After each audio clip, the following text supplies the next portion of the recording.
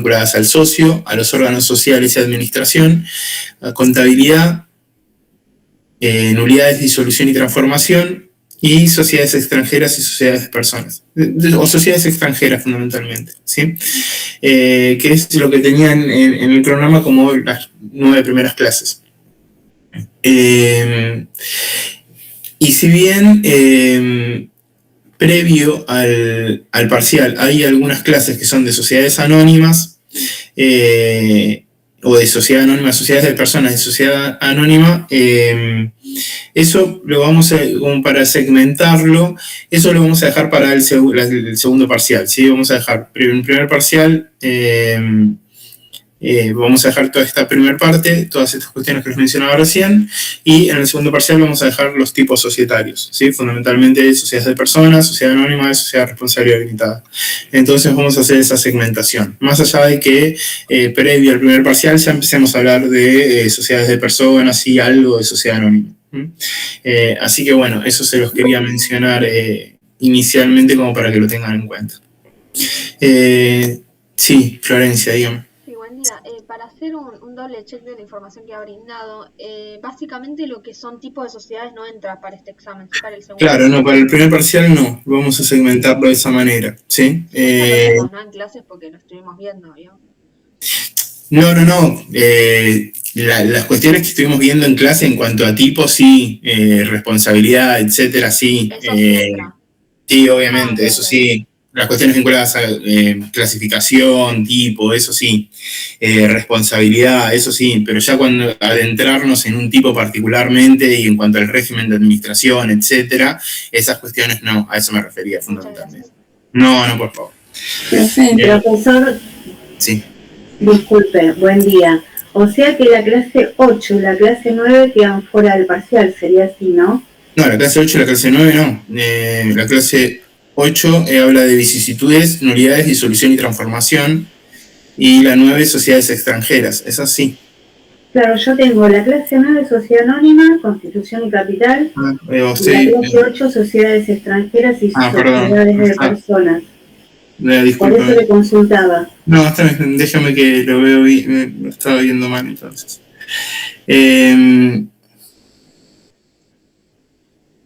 A ver. Déjame que lo chequeo.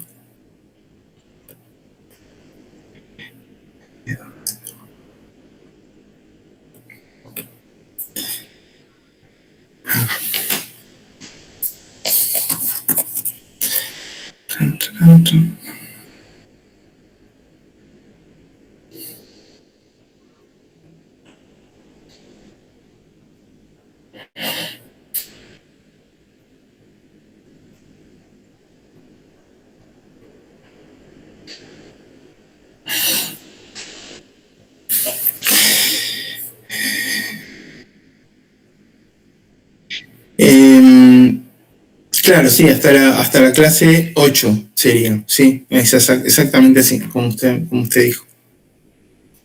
Perfecto, gracias, profesor. No, por favor. Hasta la clase 8 es donde no vamos a particularizar, no vamos a ingresar en las dinámicas internas de las sociedades de personas, ¿sí? Como para o sea, yendo puntualmente a las observaciones que hacía Florencia recién. O sea, lo que estuvimos viendo en cuanto a la distinción y al concepto general de qué es una sociedad de personas, cuáles son las sociedades de personas, cuáles son las sociedades capitalistas, qué tipo de responsabilidad tienen en cada una y en cada caso, eso claramente tenemos que saberlo como para hacer las distinciones que hicimos en origen y a las cuales nos abocamos en las primeras reuniones. Ahora, cuando hablamos de un funcionamiento interno de cada una de ellas, que es lo que vamos a ver particularmente en esas reuniones, bueno, eso ya se quedaría para el segundo parcial, cuando ya vamos a ver cada tipo en particular, ¿sí? Entonces, en la segunda parte vamos a especificar cada uno de los tipos. En lo que hace a las sociedades de personas, son sociedades que no tienen regímenes demasiado complejos, entonces, bueno, son sociedades que vamos a ver de manera breve, o sea, son tipos que vamos a ver brevemente, pero por eso en líneas generales muchas de las cuestiones ya las hemos mencionado. pero en lo que hace a los regímenes de SA y SRL quedan fundamentalmente para el segundo parcial, más allá de que algunas cuestiones podamos ver de manera previa a ese examen, ¿sí? Porque por algunas cuestiones podemos llegar a ver el día lunes, etcétera, y obviamente eso no va a ingresar al parcial porque no tendría sentido que un día antes estemos dando un contenido que se evaluaría al día siguiente. Entonces ya lo quería anticipar ahora porque, bueno, me imagino que van a anticipar algunas lecturas, entonces para que lo tengan en cuenta.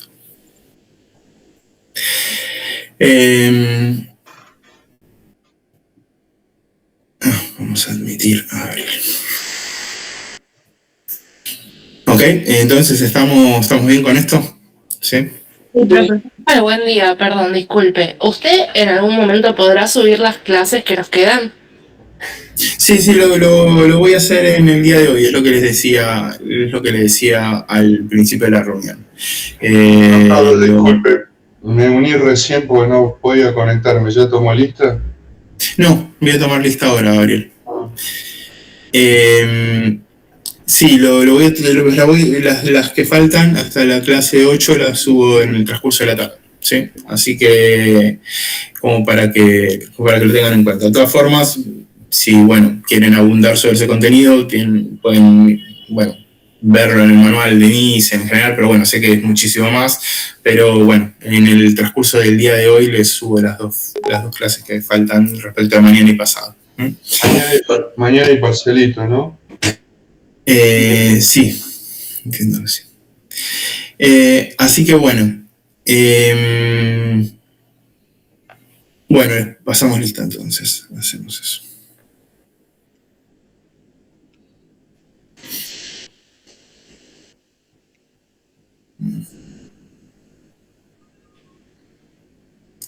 Está acá, ok.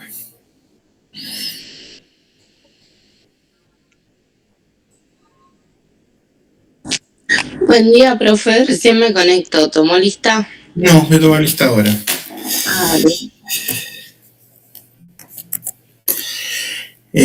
Abatedada. Acuña no. Alarcón. Ávila. Presente. Berata. Presente. Cabral. Camacho. Presente. Camara. Presente. Candele. Carmen. Presente. Castro. Presente. Céspedes. Presente. Cohen. Presente. Sarni. Presente. Dáquila. Presente. Escalante. Presente, profe. Escobar. Presente. García. Presente. Jiménez. Presente, profesor. Goldstein. Presente. Gómez. Gómez Garibaldi. Presente, profe. Gómez Carmen, perdón. Hola. Gómez Garibaldi. Presente.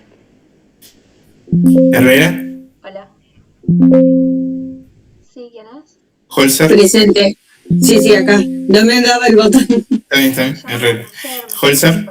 No tengo plata. ¿Lo puedo dejar en el sistema si me dejan de llamar, por favor? Humofe. Presente. Indart. Bueno, entonces Presente. Menzón. Presente. Jiménez. Presente, Jiménez. Laporta, no. Lagorio. Presente. Ledesma.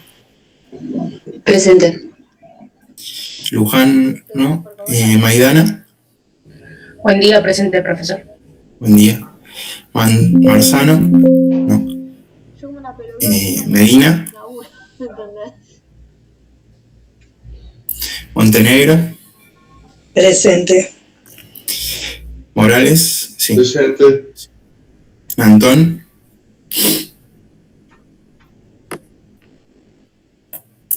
Opitz. Presente. Pagani. Presente. Panesi. Presente. Pasegui. Paz. Pechman Díaz. Buen día, presente. Buen día. Peralta. Presente. Ramos. Buen día, presente. Buen día. Rig. Presente. Río Frío Serna. Presente. Rivadero. Robledo. Robles Gómez. Presente. Roldán. Presente. Roldán Mieres. Presente. Sartori Lagui. Janopolsky.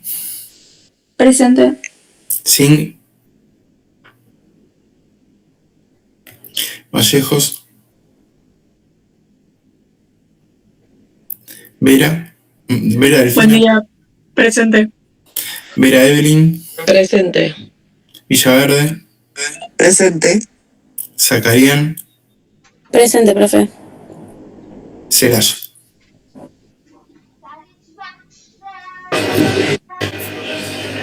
¿Dijo Celaya, profe? Sí, dije Celaya. Presente, perdón, no llegué a escucharlo. No hay problema. Bueno. Profe, Sí.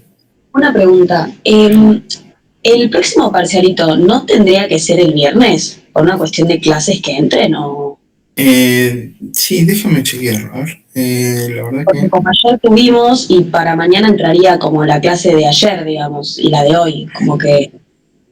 Sí, no, la verdad que me lo preguntaron así, está planteado así en el cronograma. Ah, ok, listo. No, está planteado así en el cronograma, no, creo que no. me acuerdo.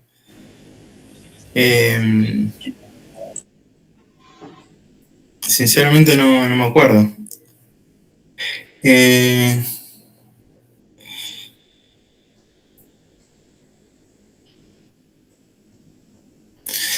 Pero sí, si les parece, lo dejamos para el viernes, el parcialito. ¿Les parece? Me parece, a mí también me parece mejor. Lo podemos dejar para el viernes y ya lo dejamos como una suerte de clase, lo dejamos como un parcialito de repaso de esta última sección.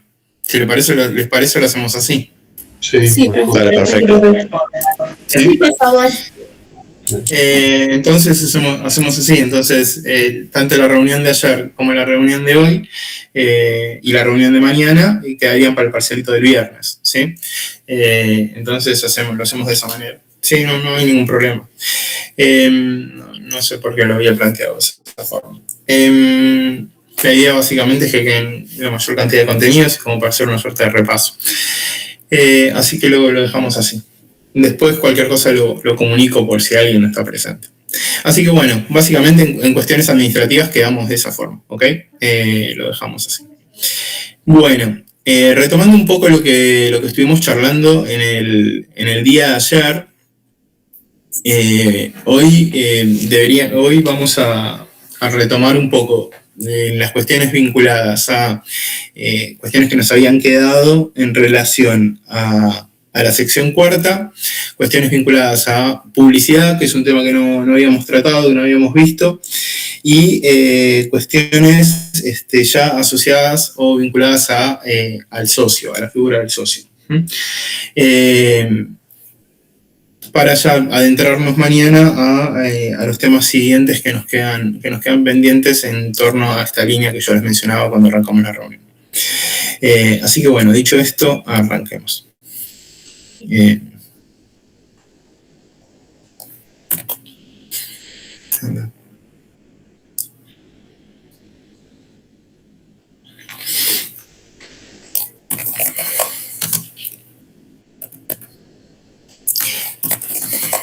Como nosotros habíamos mencionado,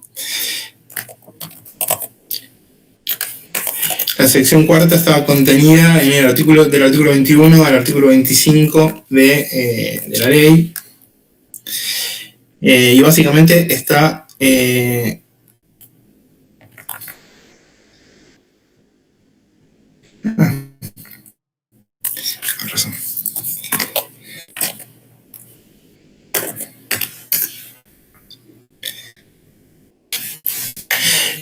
Y básicamente quedan abarcadas aquellas sociedades que, bueno, que no se ajustan fundamentalmente a un tipo, ¿sí? Bueno, esto lo habíamos hecho, ya lo habíamos mencionado en las primeras reuniones, el contraste que había respecto del régimen sancionatorio en cuanto a las disposiciones en la propia ley en su versión anterior, respecto de la posibilidad de plantear la nulidad de las disposiciones societarias de parte de cualquiera de los socios, de la imposibilidad y la inoponibilidad del propio contrato entre los socios y respecto de terceros, entre otras cuestiones, ¿sí? A partir de la modificación, bueno, se establece este régimen del artículo 21 fundamentalmente hasta al artículo 25, cuestión que empezamos a desarrollar en el transcurso de la reunión de ayer. Bueno, en los últimos momentos de la reunión de ayer, y bueno, de manera sucinta, bueno, vamos a recorrer en estos primeros minutos sobre cuáles son las pautas fundamentales, son las pautas más importantes en las cuales detenernos respecto de el funcionamiento que se establece respecto de estos tipos societarios. O no respecto a este tipo societario, respecto de las sociedades que quedan abarcadas en este conjunto. Y vale destacar en este sentido que, bueno, doctrinariamente no se lo considera un tipo en particular, sino, y esto, bueno, vamos a compartirlo, sino que básicamente se lo considera como un conjunto residual de aquellas sociedades que no se hayan adecuado a un tipo conforme lo establece la Ley General de Sociedades. Y esto surge del propio artículo 21, que, bueno, como ustedes ven ahí, establece que la sociedad que no se constituya con sujeción a los tipos del capítulo 2, que omita requisitos esenciales o que incumpla con las formalidades exigidas por esta ley, queda sometida a las disposiciones de esta sección, ¿sí? O sea, básicamente establece los universos o los sujetos que quedan abarcados por esta sección en particular, ¿sí? Aquellas no constituidas conforme a un tipo legal, donde se omitan requisitos esenciales o incumplimiento de formalidades.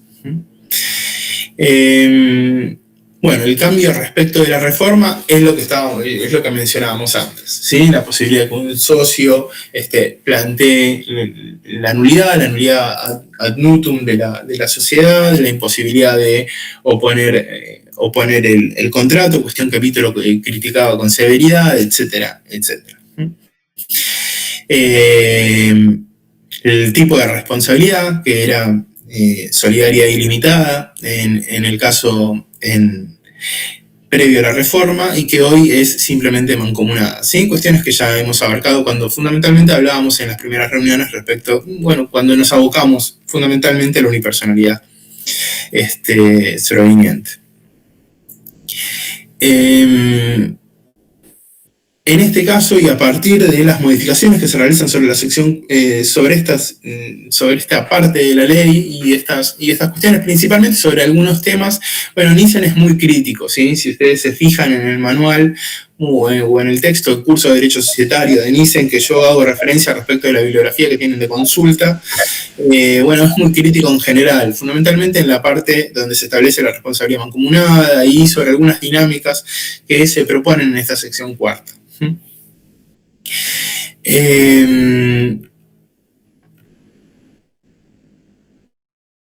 Como les mencionaba recién, lo primero que tenemos que advertir cuando nos abocamos a la misma es que, bueno, no se crea un tipo societario, sino que básicamente se establece un funcionamiento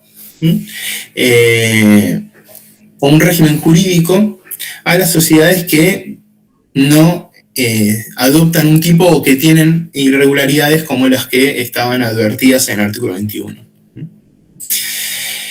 En cuanto al funcionamiento en particular, bueno, esto está en los artículos subsiguientes, fundamentalmente del 22 al 25, donde se establecen dinámicas propias de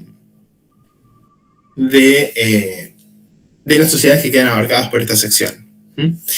El artículo 22 particularmente establece el régimen entre los socios, que es una de las modificaciones relevantes y que, bueno, el doctor Vítolo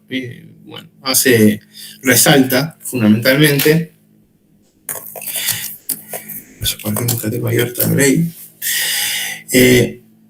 Y fíjense el artículo 22 que establece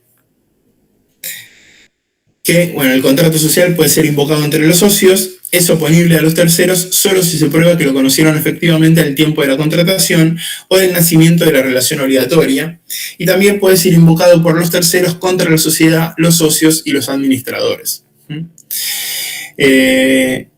Entonces, bueno, esto es algo que cambia, es un cambio sustancial respecto al régimen anterior, donde el contrato es oponible entre las partes y todas las cuestiones vinculadas, esto es algo que mencionábamos en la última parte del día de ayer, lo reitero porque bueno, hay mucha gente que ya se había ido, bueno, ya estaban tanto cansados, era un poco tarde. Déjenme que disculpen si hay un pequeño corte acá. Acá. Y básicamente, ¿cuáles son las cuestiones que adquieren relevancia en cuanto a la dinámica propia de los socios que puedan estar incorporadas en un contrato? Y bueno, fundamentalmente las cuestiones que charlábamos ayer cuando fuimos recorriendo el artículo 11, ¿sí? ¿Qué es lo que va a contener el instrumento constitutivo? Y bueno, cuestiones vinculadas a los aportes, cuestiones vinculadas a las dinámicas de administración, cómo se van a distribuir las utilidades, cómo se van a afrontar las pérdidas, cuestiones vinculadas a la transmisión de participaciones, disolución, toda dinámica interna que establezcan en el instrumento constitutivo, en este caso, van a ser perfectamente oponibles. Y esto hace a la dinámica societaria y a la posibilidad de que esa sociedad pueda funcionar con una determinada sostenibilidad en el tiempo, ¿sí? ¿Por qué? Porque esto es algo que permite una dinámica interna. Permite que la dinámica interna que han previsto los socios en ese instrumento sea oponible entre ellos. Así que, bueno, esta modificación que se realiza y que se trasluce en este artículo 22 es muy significativa. Y luego introduce la posibilidad de la oponibilidad respecto de terceros, donde el contrato puede ser invocado respecto de terceros, pero bueno, esos terceros deben de conocer efectivamente el contrato al momento de nacer la relación obligatoria, donde la sociedad puede oponer las cláusulas del contrato y el tercero puede oponerlo respecto de la propia sociedad en el caso de que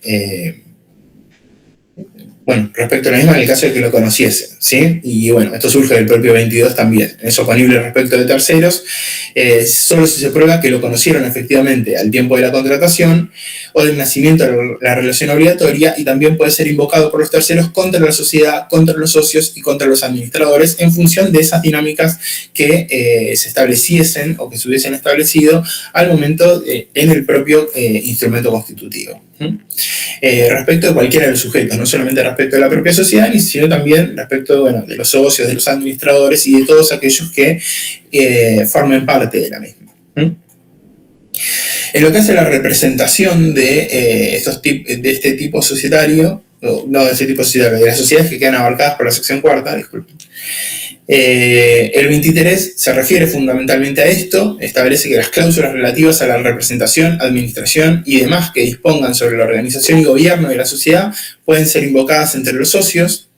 En las relaciones con terceros, cualquiera de los socios representa a la sociedad exhibiendo el contrato, pero la disposición del contrato social le puede ser opuesta si se prueba que los terceros la conocieron efectivamente al tiempo de nacimiento de la relación jurídica.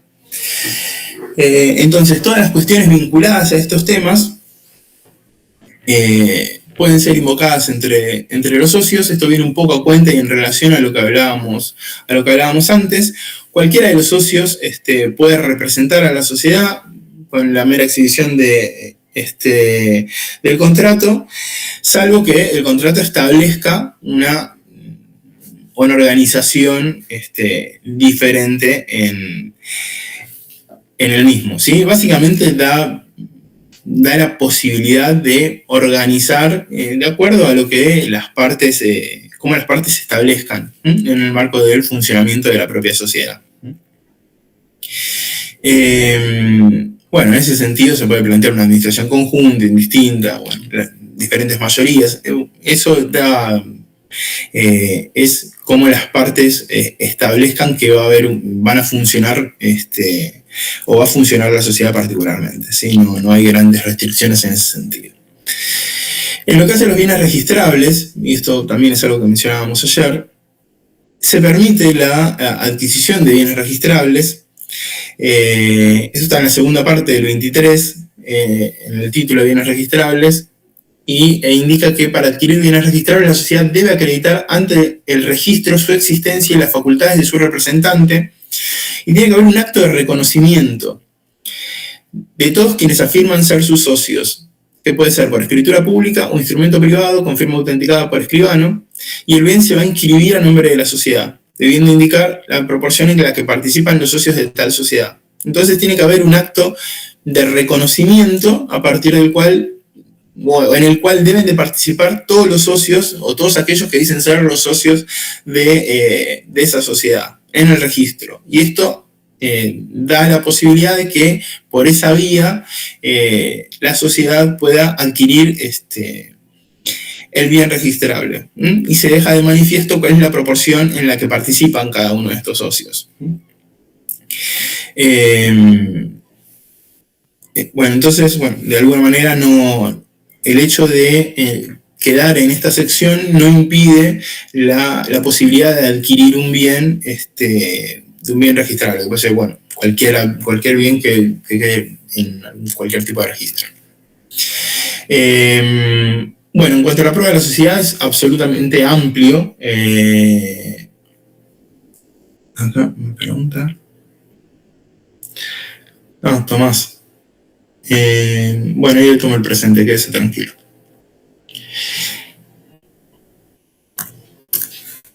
Ya está, Tomás, no hay problema. Profe. Sí. Perdón. Yo mandé un mensaje antes, lo mandé por ahí para no cortar la llamada, no sé si lo puedo leer. Ah, sí, ahí lo vi. Quédese tranquila. Ah, ok. Hablar con. Gracias. No, por favor.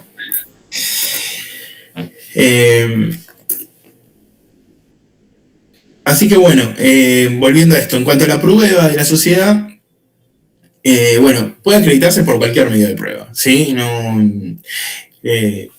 Cualquier medio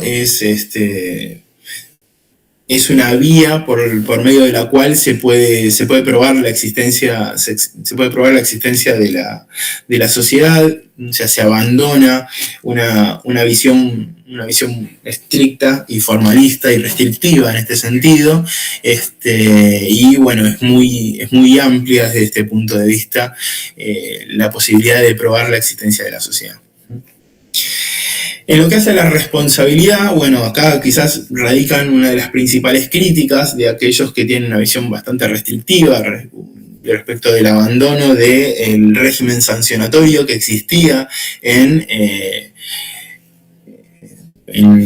la ley, en la etapa previa a la reforma, donde había solidaridad y limitación, y hoy día se establece que los socios responden frente a terceros como obligados simplemente mancomunados y en partes iguales. Simplemente eso dice la ley. Se circunscribe a hacer esa mención. Fíjense que el artículo 24, sí, Gabriel, dígame. No, justamente por esto, el tema de responsabilidad. Cuando dice partes iguales, el acreedor va contra todos los socios y después cada uno, si uno se hace responsable, repite contra los demás, o va por las partes de cada socio, el acreedor. Bueno, cada socio, y va un poco en ese sentido, habla se refiere a la responsabilidad mancomunada, ¿sí? Cada socio va a responder por su parte, ¿sí? No existe solidaridad como existía antes o como que básicamente lo podemos emparentar a la responsabilidad de los socios de la sociedad colectiva, donde por las obligaciones sociales los socios responden solidaria e ilimitadamente. En este caso, cada socio va a responder por su parte, particularmente, por la parte que mancomunadamente por una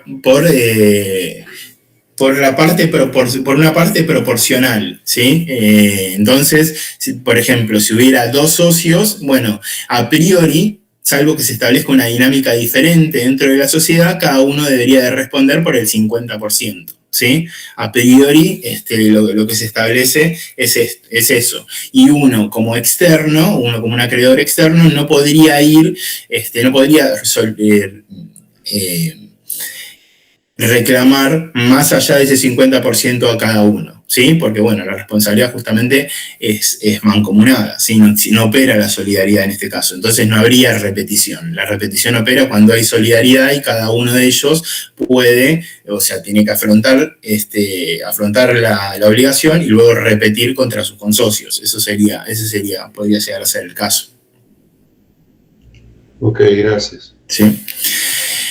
Entonces, en este caso, en este artículo 24 que estamos viendo acá, nos dice que los socios responden frente a los terceros como obligados simplemente mancomunados, ¿sí? Recuerden, cuando vimos en la reunión la diferencia entre mancomunado y solidario. Entonces, básicamente nos dice simplemente mancomunados y por partes iguales. Entonces, a priori, salvo que la solidaridad con la sociedad o entre ellos o una distinta proporción resulten. Y acá nos establece diferentes alternativas. O sea, ¿qué es lo que dice básicamente la ley?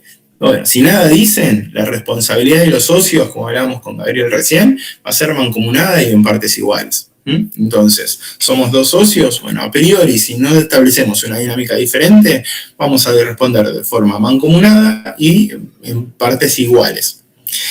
Ahora, la ley habilita la posibilidad, y fíjense que nos dice aquí, salvo que la solidaridad con la sociedad o entre ellos o una distinta proporción resulten. O sea, ¿podemos plantear la solidaridad? Sí. ¿Podemos plantear diferentes proporciones en cuanto a la responsabilidad y a la respuesta respecto de las obligaciones? Sí. ¿Y de dónde puede surgir eso? Bueno, de una estipulación expresa respecto de una relación o un conjunto de relaciones, de una estipulación del contrato social en los términos del artículo 22, o de las reglas comunes del tipo que manifestaron adoptar y respecto del cual se dejaron de cumplir requisitos sustanciales o formales. ¿De qué hablamos en cada uno de estos casos? Bueno, el más sencillo quizás es de una estipulación del contrato social en los términos del artículo 22. O sea, si en el propio contrato social establecemos que asumimos un tipo de responsabilidad, por ejemplo, responsabilidad solidaria, o asumimos una distribución en cuanto a cómo vamos, en qué proporción, en una proporción diferente, por ejemplo, somos dos y uno asume el 70 y el otro el 30, bueno, eso se puede hacer, sí. No hay ninguna restricción en ese sentido, pero que debe quedar de manifiesto en el cuerpo del propio contrato social. Y esto es algo que la ley permite. En defecto de ello, volvemos al origen, que es la regla que establece el propio artículo 24. También puede surgir la solidaridad ¿de dónde? Bueno, ¿qué dice el punto 1? De una estipulación expresa respecto de una relación o un conjunto de relaciones. Bueno, podría llegar a ocurrir que en determinadas obligaciones la sociedad se obligue, en determinados casos los socios o la sociedad se obligue los socios se obliguen de manera solidaria, ¿sí? Para una obligación en particular. Ahora, ¿eso significa que para todas las obligaciones se van a obligar de esa manera? No, para ciertas estipulaciones expresas, o para una relación o para un conjunto de relaciones. Pensemos un ejemplo. Supongamos que la sociedad se quiere contraer un crédito. Y para contraer un crédito, el banco les pide que los socios respondan solidariamente en caso de incumplimiento de parte de la sociedad. Bueno, en el caso de que los socios estén dispuestos a asumir ese tipo de responsabilidad en ese caso particular, bueno, eso sería un caso del 24, inciso 1, ¿sí? Donde los socios dicen, bueno, para este caso en particular, yo asumo una responsabilidad solidaria. ¿Eso significa que asume una responsabilidad solidaria para todos los casos respecto a las obligaciones sociales? No, sino por una estipulación particular, como indica el artículo 24, inciso 1. Si quieren asumir una responsabilidad solidaria para todos los casos, bueno, lo van a dejar asentado en el contrato social. Y eso ya sería un ejemplo del 24, inciso 2. ¿Sí? Donde decimos, bueno, asumo una responsabilidad solidaria en general. Bueno, lo pongo en el contrato social, ¿sí? Y el inciso 3, que sería el tercer supuesto en el cual podría llegar a generarse una responsabilidad solidaria sobre el sujeto, podría ser el caso de las reglas comunes del tipo que manifestaron adoptar y respecto del cual se dejaron de cumplir requisitos sustanciales o formales. Por ejemplo, supongamos que dos sujetos quieren constituir una sociedad en la cual los socios asumen una responsabilidad solidaria e ilimitada. Por ejemplo, una sociedad colectiva. Y por algún motivo tienen un defecto del tipo, ¿sí? Entonces, queremos constituir una sociedad colectiva y en el capital social ponemos que el capital se va a dividir en acciones. Como ya sabemos, el capital de la sociedad colectiva se divide en partes de interés y no se divide en acciones. Entonces eso sería un defecto del tipo, que hace que no se ajusta al tipo.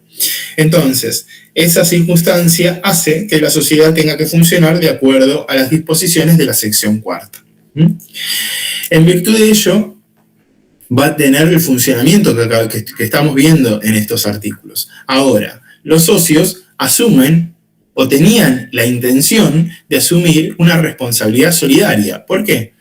Porque querían constituir una sociedad colectiva. En la sociedad colectiva, los socios, ¿qué responsabilidad asumen? Responsabilidad solidaria, subsidiaria e ilimitada. Entonces, tenían al momento del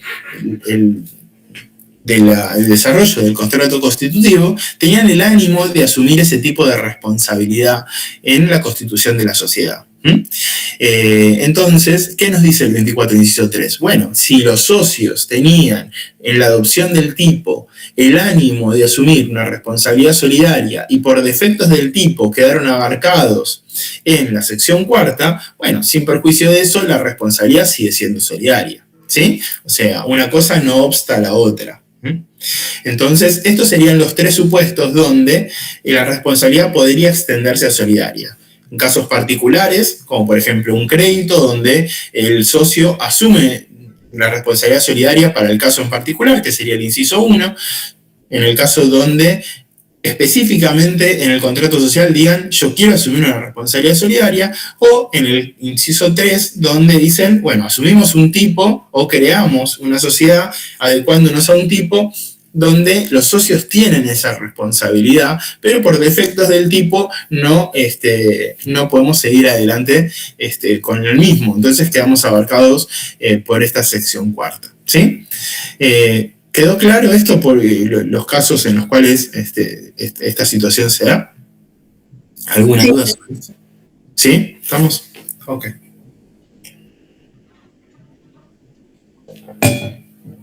Vayamos a los últimos puntos, entonces. El artículo 25 nos habla de la subsanación. Sobre esto, Nissen hace también sus críticas, fundamentalmente en las cuestiones vinculadas a la unanimidad. Fíjense que en lo que hace a la subsanación particularmente,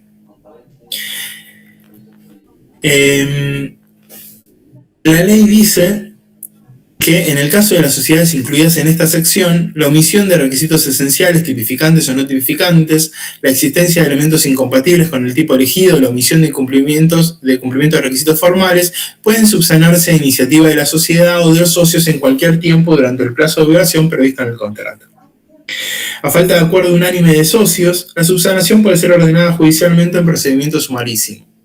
En caso necesario, el juez puede suplir la falta de acuerdo sin imponer mayor responsabilidad a los socios que no lo consientan. El socio disconforme podrá ejercer el derecho de receso dentro de los 10 días de quedar firme la decisión judicial en los términos del artículo 92. Entonces, básicamente, ¿de qué estamos hablando cuando hablamos de subsanar? Estamos hablando fundamentalmente de una sociedad que se encuentra en esta sección cuarta porque por algún defecto o por haber omitido algún requisito esencial, por no haber cumplido con las formalidades pendientes que se habían establecido, se encuentra abarcado por esta sección cuarta. Y en este sentido es que puede plantearse resolver esta situación que la ubica en esta sección cuarta y en virtud de eso adecuarse a un tipo que establece la ley. Este artículo 25 le da la posibilidad a cualquiera de los socios, o le da legitimación a cualquiera de los socios de pedir la subsanación. Pero bueno, plantea la posibilidad o plantea la unanimidad a los efectos de orientar la misma, de resolverla en ese sentido. Esto está vinculado, está dirigido a la conservación de empresa y a la adecuación a uno de los tipos en cuanto a la regularización de su funcionamiento, ¿sí? En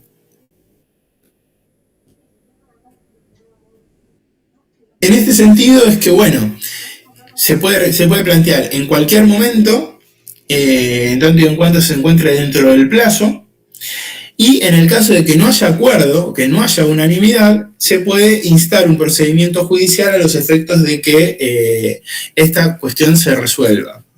Y se le da la posibilidad de que los socios que estén disconformes puedan ejercer el derecho de receso en los términos del artículo 92.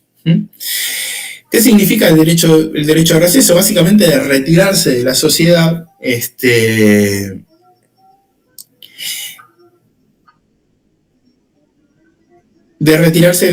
por no estar conformes,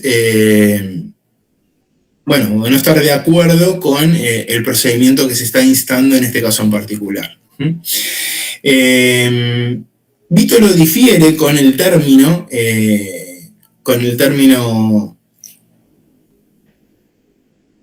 que se emplea, emparentarlo con el derecho a receso, y menciona que básicamente se trata de una exclusión del socio, donde los otros socios, en líneas generales, dicen, vamos a resolver las cuestiones que nos tornan como una sociedad que queda abarcada por la sección cuarta, y en virtud de ello nos dirigimos a adecuarnos a un tipo en particular. Y en ese sentido es que, si hay un socio que está disconforme, puede plantear el receso, o básicamente él entiende que básicamente se lo excluye.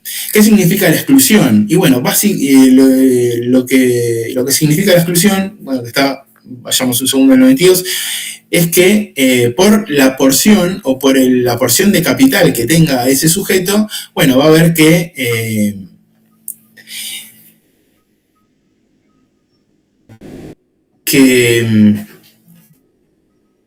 abonarle el monto de capital que le corresponda a los efectos de que tenga una salida de la sociedad, ¿sí?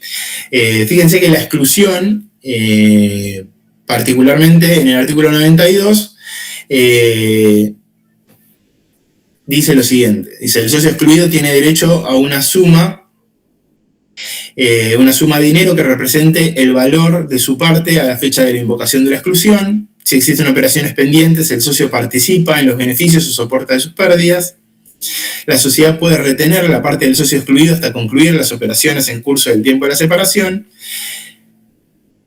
El socio excluido no podrá exigir la entrega del aporte si esto fuera indispensable para el funcionamiento de la sociedad, y el socio excluido responde hacia los terceros por las obligaciones sociales hasta la inscripción de la modificación en el registro público, ¿sí? Pero básicamente, ¿de qué estamos hablando en este caso? Estamos hablando de una sociedad que dice, vamos a subsanar. ¿Qué significa vamos a subsanar? Vamos a resolver las cuestiones en virtud de las cuales nos encontramos en esta sección cuarta.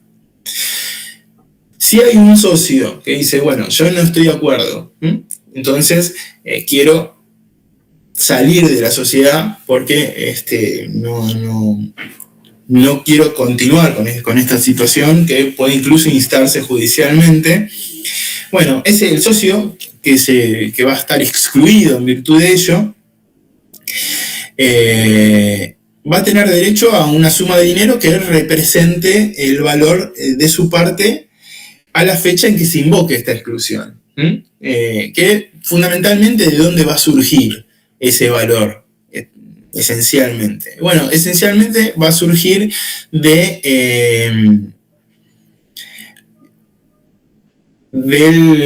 los valores que surjan del último ejercicio contable cerrado. En líneas generales,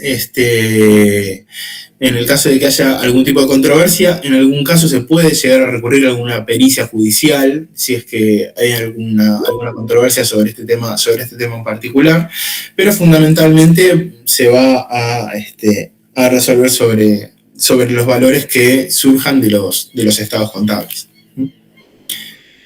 Sí, Gabriel, dígame. Perdón, ¿surge del capital aportado al inicio de la sociedad o a partir del último balance? En función de su participación, a partir del último balance en relación al patrimonio que tiene la sociedad, ¿sí? Porque, bueno, el capital se mantiene inalterado. Entonces. Pero el capital, el socio no lo puede, en la devolución, el capital no le devuelven el capital porque el patrimonio es móvil. Sí, obviamente, pero el patrimonio, o sea, el capital se mantiene inalterado en origen. Entonces uno va a hacer un aporte de capital original y luego se van a ir constituyendo reservas, se van a ir generando resultados, etcétera, etcétera. Ahora, esa empresa luego va a ir evolucionando y va a tener un patrimonio que es un patrimonio neto, que es aquel en virtud del cual se va a determinar cuál es el valor que va a tener esencialmente, y ese es el que se va a tomar en cuenta a los efectos de establecer cuál es, en función del porcentaje de participación que tenga, el que va a determinar el valor que, en virtud del cual se va a tener que realizar la suerte de resarcimiento por su salida, ¿sí? O sea, el capital es el capital original que el sujeto posee cuando se constituyó originalmente la sociedad, pero luego para esa salida se va a tomar en cuenta fundamentalmente el patrimonio que tenga la sociedad en ese momento puntualmente. Perdón, última. O sea que en la devolución se integra el patrimonio actual con el capital original que puso el socio, independientemente que después los demás socios rearmen el capital social. Es que a los efectos de distinguir uno de otro, el capital generalmente, más allá de que, por eso el capital en origen tiende a coincidir con el patrimonio, ¿sí? Porque pero luego el capital se mantiene inalterado, luego puede haber algunos ajustes de capital, puede haber algún aporte de capital muy particular, ¿sí? O se pueden constituir algunas reservas, pero tiende a mantenerse inalterado a lo largo del tiempo. Y ese capital, fundamentalmente, lo que va a mostrar es las participaciones de los sujetos, o sea, va a mostrar las participaciones de los sujetos, y es un valor que no tiende a modificarse de manera sustancial a lo largo del tiempo, y en el caso de que lo hiciese, mostraría, o fundamentalmente se redujese, mostraría algún tipo de alerta. Ahora, en cuanto a el crecimiento de una sociedad, si es que lo hubiese, o el decrecimiento, si es que también lo hubiese, va a quedar de manifiesto fundamentalmente patrimonialmente, ¿sí? Entonces, si uno ve cuál es el volumen que posee, o el volumen patrimonial, eso queda de manifiesto fundamentalmente en esos estados, ¿sí? En un estado patrimonial, en esos estados del balance. Entonces eso es lo que se va a tener que tomar en cuenta fundamentalmente a los efectos de valorar cuál es la participación que originalmente realizó el socio, que se reflejaba originalmente en el capital, pero en la realidad actual de la empresa. Ok, muchas gracias. No. Profe, yo tengo una consulta. Sí. En el caso de que se ejerza el derecho de receso, ¿se lo considera excluido al socio y se aplica la totalidad de los incisos del artículo 92 o solo el primero? No, la totalidad de los artículos del 92. O sea, porque podrían suscitarse algunos de los diferentes supuestos que se dan en ese caso, ¿sí? Fundamentalmente lo que suele ocurrir es, bueno, te querés ir, te pagamos lo que corresponda en función de los valores que surjan del último balance y listo, ¿sí? Si hay algún tipo de controversia porque no nos ponemos de acuerdo, bueno, se recurrirá a un proceso judicial donde vos decís, che, a mí me corresponden 100, bueno, te corresponden 100 y yo digo, no, me corresponde más, bueno, vamos, se hará una pericia judicial, lo que fuera, se establecerá un valor y listo. Ahora, si se dan algunos de los supuestos que surgen ahí, bueno, también deben de atenderse, ¿sí? Si existen operaciones pendientes, participa de los beneficios o soporta sus pérdidas. La sociedad puede, como dice el inciso 3, puede retener la parte del socio excluido hasta concluir las operaciones en curso al tiempo de la separación. El socio excluido responde hacia los terceros por las obligaciones sociales hasta la inscripción de la modificación. Todas esas cuestiones también corresponden, ¿sí? En definitiva, es un proceso de salida que se puede dar por diferentes supuestos. Este es uno de esos supuestos, ¿sí? Y la posibilidad del receso se da en diferentes circunstancias. Esta es una de ellas, donde vos decís, bueno, salgo dado esta decisión que se toma por la mayoría. En esa circunstancia, bueno, ¿qué es lo que pido? Bueno, páguenme la proporción que me corresponde en función del capital. Fantástico. Bueno, pero si se dan cualquiera de estos supuestos, estas son circunstancias que también deben de atenderse. ¿Sí? Perfecto. No, por favor. Y bueno, la última parte del artículo 25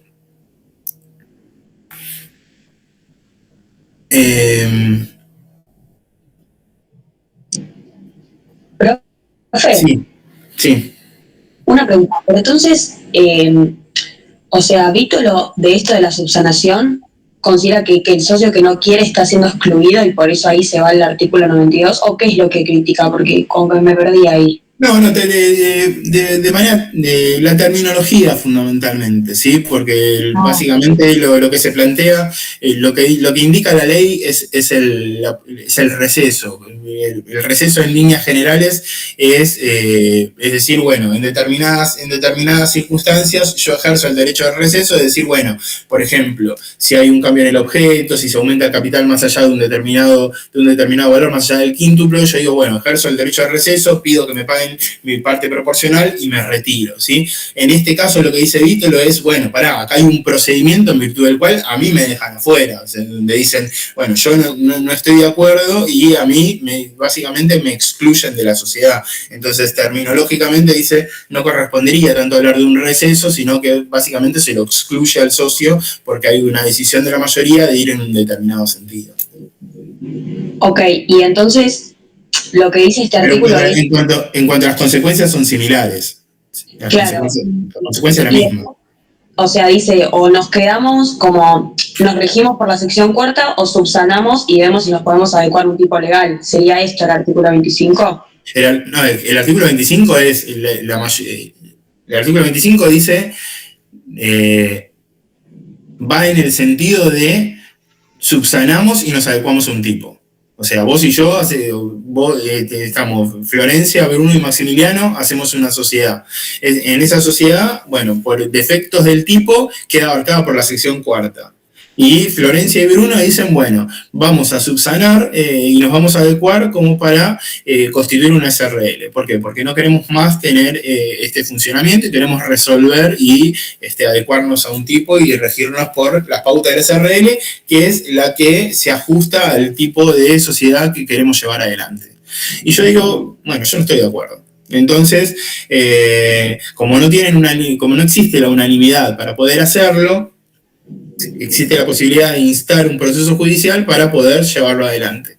Y a partir de eso, lo que se puede llegar a plantear es excluir al socio disidente, podríamos llegar a decir. Donde básicamente, ¿qué es lo que se dice? Bueno, ¿cuál es el valor de la participación? Y en función del valor de esa participación, decir, bueno, le corresponde a Maximiliano, en función del cierre del último balance, bueno, el 30% del valor patrimonial de del valor patrimonial de la empresa, que son 30 pesos. Bueno, fantástico. Si hay alguna discusión, se hace una discusión, se podría llegar a plantear una pericia. Bueno, si la pericia dice eso, corresponden 32 pesos. Bueno, se depositan los 32 pesos y las cuotas de la SRL ya constituida, bueno, se distribuirán entre Florencia y Bruno, ¿sí? Y bueno, ya se hará el ajuste correspondiente respecto del contrato, ajustándose fundamentalmente al nuevo tipo social, que ya sería una sociedad de responsabilidad limitada. Ok, perfecto, gracias. No. En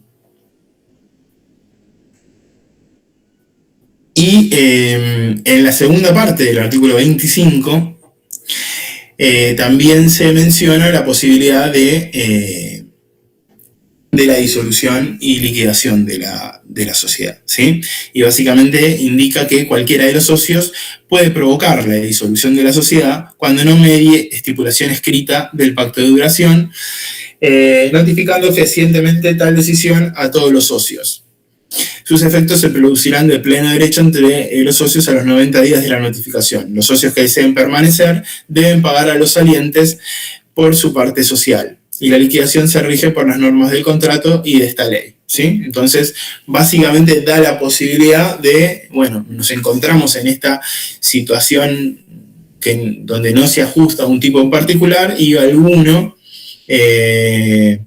puede provocar la disolución en este caso, ¿sí? Donde, bueno, no medie estipulación escrita del pacto de duración, notificando fehacientemente esa decisión a todos los socios. Y básicamente eso insta, y lo que puede pasar es que si los otros socios deciden permanecer, bueno, básicamente van a tener que pagar a los salientes por su parte social, tomando en cuenta básicamente los criterios que estuvimos viendo hasta recién, ¿sí? Donde se toma en cuenta el último cierre y en función de eso valorar cuáles son las participaciones y asumirlas. En defecto de ello, bueno, se disuelve y se procede a la etapa liquidatoria de la sociedad.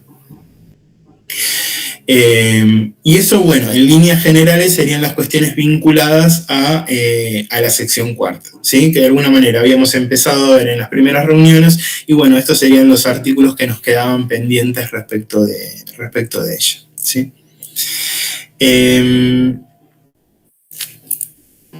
Sí. Otra de las cosas que nos quedaba por recorrer son cuestiones vinculadas a la publicidad, ¿sí? Que son algunos artículos que nos habían quedado de las reuniones previas. Un segundo.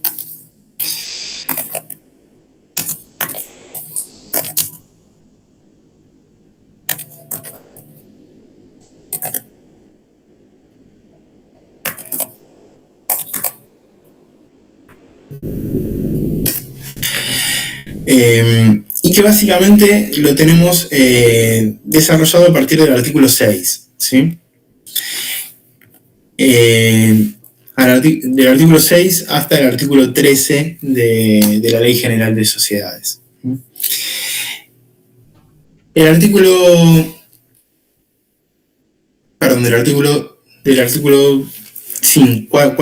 4 y subsiguientes, perdón. El artículo 4, que nos indica que el contrato por el cual se constituya o modifica una sociedad se otorgará por instrumento público o privado. Y el artículo siguiente, que es el artículo 5, nos indica que el acto constitutivo, modificación y el reglamento se inscribirán en el registro público del domicilio social y en el registro que corresponda al asiento de cada sucursal, incluyendo la dirección donde se instalan a los fines del artículo 11, inciso 2.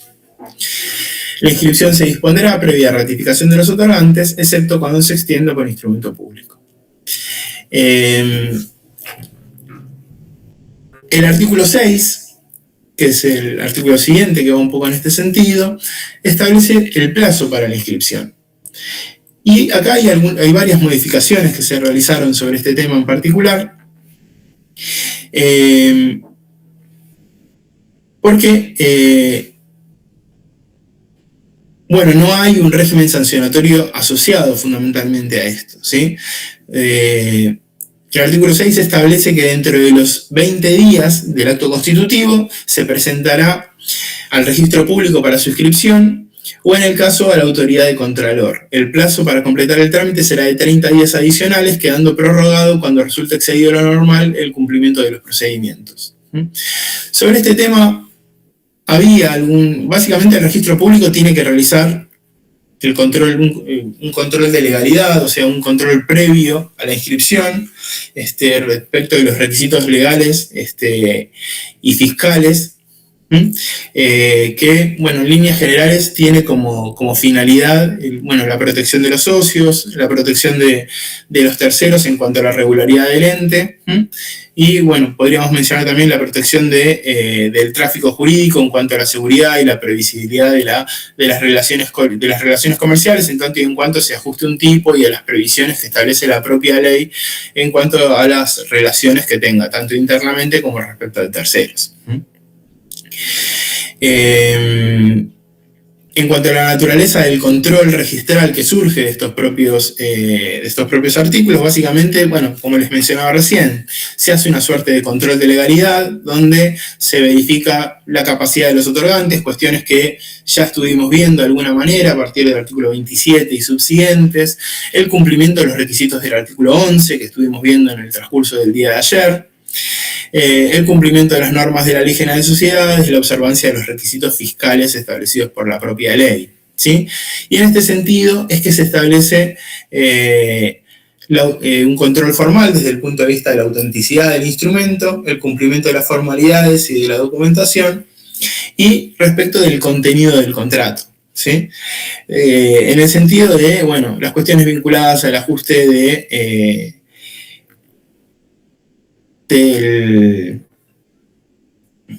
del tipo en particular, ¿sí?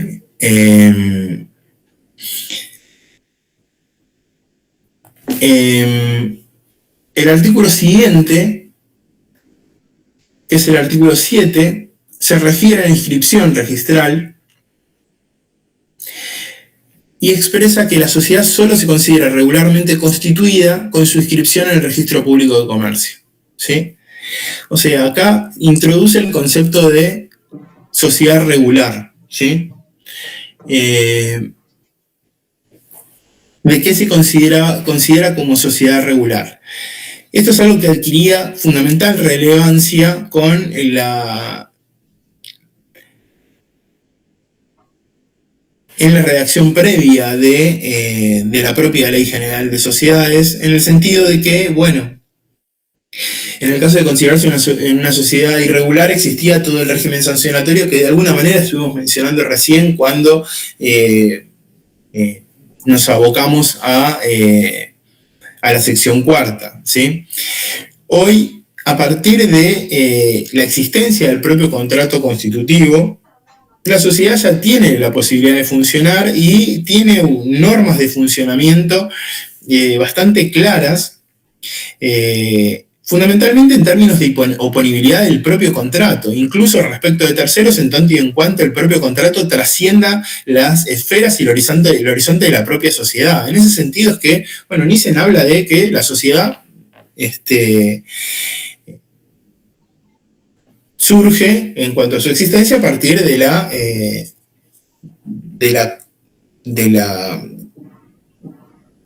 acuerdo y de la creación del propio contrato constitutivo, ¿sí? Y la inscripción es el acto mediante el cual la sociedad accede al régimen de regularidad, ¿sí? O sea, que a partir de la inscripción fundamentalmente se la considera regularmente constituida y fundamentalmente a través de esta regularidad hay una publicidad y una regularidad en relación a terceros, ¿sí? ¿Qué efectos produce la inscripción fundamentalmente? Bueno, esencialmente la publicidad que, bueno, hace conocer a terceros la existencia de la sociedad, la oponibilidad plena, en el sentido de que permite hacer valer frente a terceros las estipulaciones que son sujetas a publicidad en el marco de dicha inscripción, y la regularidad de la sociedad en el sentido de que adopta el tipo elegido en los términos de la propia ley, ¿sí? Obviamente trae consigo las cuestiones vinculadas a la seguridad jurídica en torno a quienes contratan con la sociedad desde este punto de vista.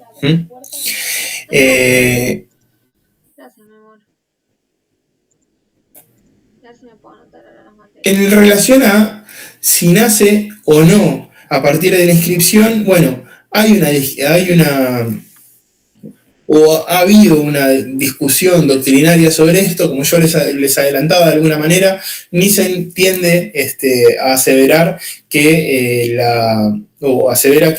la sociedad surge con la existencia del contrato, más teniendo en cuenta las modificaciones que se realizaron, y Vítolo va un poco en ese sentido, a pesar de que menciona que obviamente la inscripción sigue siendo indispensable. Bueno, la ley consolida, a partir de su modificación, un sistema de reconocimiento de la personalidad jurídica, aún de las sociedades que no alcanzan esta regularidad, ¿sí? Y bueno, esto viene un poco a cuenta de lo que hablábamos antes, por eso me interesaba que nos aboquemos a esta sección cuarta, ¿sí?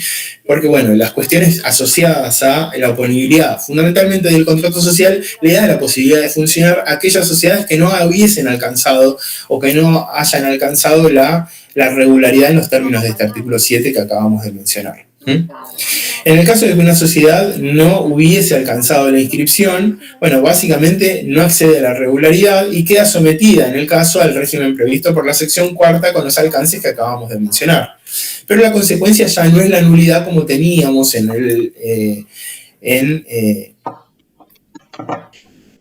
la versión anterior de la ley, ¿sí? O sea, no tenemos el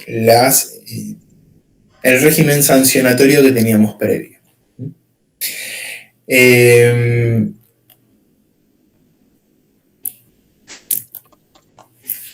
artículo 10 de la ley establece que las sociedades de responsabilidad limitada y las sociedades por acciones deben publicar por un día en el diario de publicaciones legales un aviso que deberá contener, ¿sí? Generalmente este aviso es un edicto que debe contener, en oportunidad de su constitución, vamos a mencionarlo esto acá,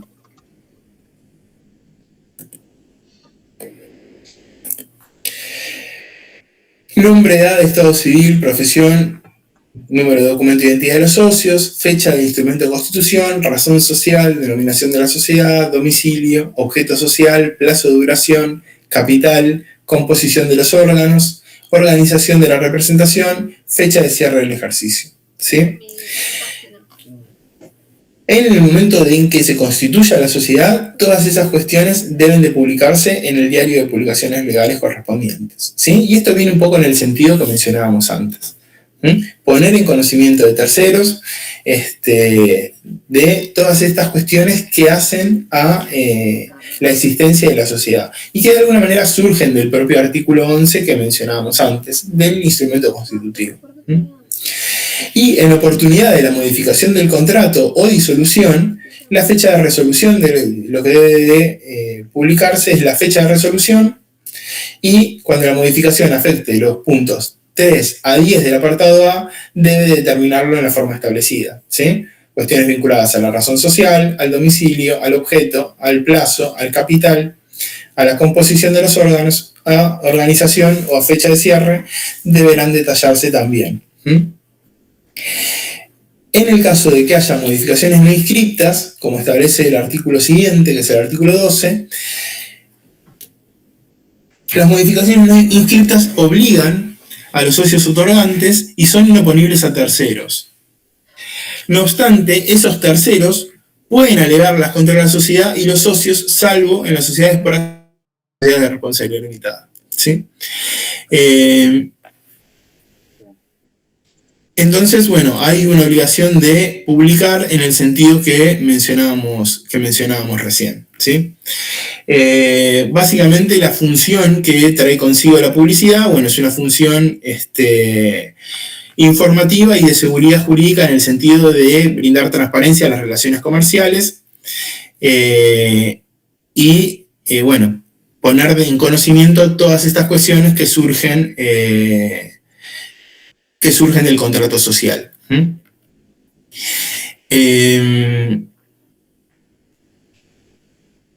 No sé si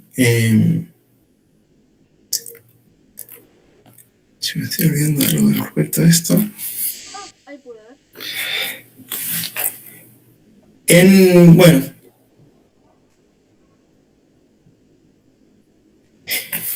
Bueno, es importante tener en cuenta respecto de este artículo 12, las cuestiones vinculadas a la oponibilidad, eso es importante, que, bueno, la inscripción va a transformar en oponible si las reformas no fueron inscritas, obligan a los socios, pero no pueden hacerse valer frente a terceros que hayan actuado de buena fe, en líneas generales, porque no estaban en conocimiento de esas cuestiones en particular. Salvo que, bueno, el tercero conociese efectivamente la modificación, pero bueno, en ese caso la carga de acreditar el conocimiento me va a corresponder a quien pretende hacerla valer, particularmente. Bueno, y eso sería en líneas generales las cuestiones a tener en cuenta respecto de la publicidad, ¿sí? Fundamentalmente establece los criterios a partir de los cuales entendemos la existencia de la regularidad de una sociedad, cuestiones que de alguna forma con el régimen de la sección cuarta, bueno, se ha flexibilizado desde el punto de vista de las discusiones doctrinarias que traían consigo en cuanto al origen de la sociedad, ¿sí? ¿Cuál es el momento en el que se origina la sociedad? Y hoy podríamos pensar que una sociedad se origina ya desde el momento en que se confecciona o en el que surge el contrato constitutivo, en el sentido de que esa sociedad ya tiene visos y la posibilidad de funcionar desde ese mismo momento, aún a partir de no existir esa publicidad registral. Y, bueno, las cuestiones vinculadas a la necesidad de publicar en el sentido del vínculo y la relación respecto de terceros, ¿sí? Cuestiones que ya están abarcadas no solamente respecto a la sección cuarta, sino en líneas generales. Así que, bueno, esto sería en líneas, bueno, a grandes rasgos las cuestiones vinculadas a la publicidad registral, que, bueno, era un tema que nos había quedado y, bueno, que me interesaba abarcar, aunque sea en estos escasos minutos. Y ahora lo que tendríamos que empezar a ver, o por lo menos empezar a ver y luego continuarlo en el día de mañana, son cuestiones atinentes a el estado o el estatus del socio, ¿sí? Sí.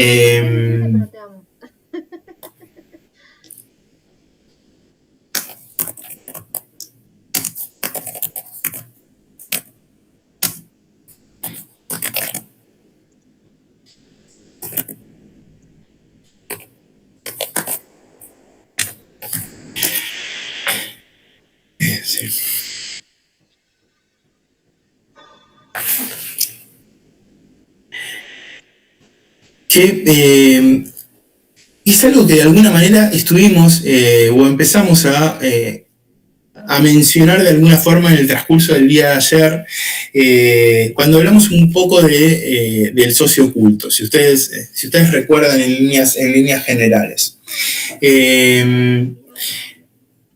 Porque cuando vimos ese fallo, si hay algo que ponen en contraste o que se menciona en ese caso en particular es, o que trae consigo, que analiza la Cámara, dice, bueno, veamos doctrinariamente qué se entiende por socio oculto y veamos qué se entiende por el estatus de socio, ¿sí? ¿Qué es un socio en particular? ¿Qué dinámica se propicia respecto del socio particularmente? Y la condición de socio no se reduce fundamentalmente, como mencionamos ahí, a la titularidad de una porción de capital de una sociedad en particular, que puede ser una acción, que puede ser una cuota, que puede ser una parte de interés, sino que es estar en una organización jurídica, Formar parte de un conjunto, de un régimen de derechos, de obligaciones, de responsabilidades, donde tomando en cuenta los elementos que estuvimos mencionando ayer, donde se compromete a realizar un aporte, donde va a tener derechos a percibir parte de las utilidades, va a tener que soportar las pérdidas en el caso de que se generen, ¿sí? En líneas generales, el estado del socio constituye una situación jurídica que nace de la incorporación a una sociedad y subsiste mientras no se extinga esa condición en particular, que es algo que de alguna manera se analiza en el caso que estuvimos viendo en el día de ayer, ¿sí? Donde la sociedad dice, bueno, este banco que me está financiando es un socio oculto, ¿sí? ¿Por qué? Porque tiene una injerencia externa, porque me pide ciertos colaterales. Ahora, la Cámara dice, bueno, ¿pero es realmente un socio oculto? ¿Qué es un socio? ¿De qué hablamos cuando hablamos del estatus soci? ¿De qué hablamos cuando hablamos de el socio particularmente? ¿Qué vínculo tiene un socio con la sociedad? Y fundamentalmente es esto que estábamos mencionando recién, ¿sí? Ese socio tiene que tener se compromete a aportes, tiene derechos patrimoniales, tiene derechos políticos. ¿Qué significa tener derechos patrimoniales? Participación de las utilidades. ¿Qué significa tener derechos políticos? Participación en las decisiones. Tiene que tener facultades de tener ciertos controles, un ánimo de colaborar, ¿sí? Tiene un deber de lealtad al que se compromete.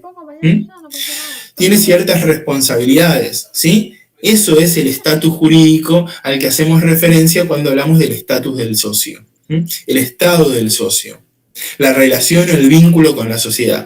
No es un mero inversor, no es un sujeto que aporta un capital y espera, sino que hay un involucramiento, hay un vínculo del socio con la sociedad, hay una relación del socio con la sociedad.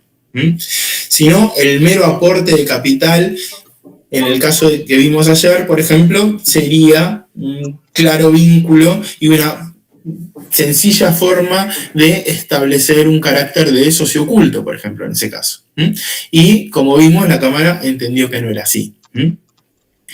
Entonces, es muy importante trazar esta línea, ¿sí? Que no se circunscribe fundamentalmente a un mero aporte de capital. En cuanto a los caracteres del carácter del socio, bueno, es personal porque corresponde a la titularidad de la participación social, es dinámico porque puede modificarse, complejo porque, bueno, comprende un conjunto de derechos, deberes, cargas, responsabilidades y puede ser transmisible, ¿sí? Siempre con las particularidades propias de cada uno de los tipos societarios, que en cuanto a la transmisibilidad, algunos van a tener ciertas limitaciones y ciertas particularidades. Luego lo vamos a ver cuando veamos cada uno de ellos.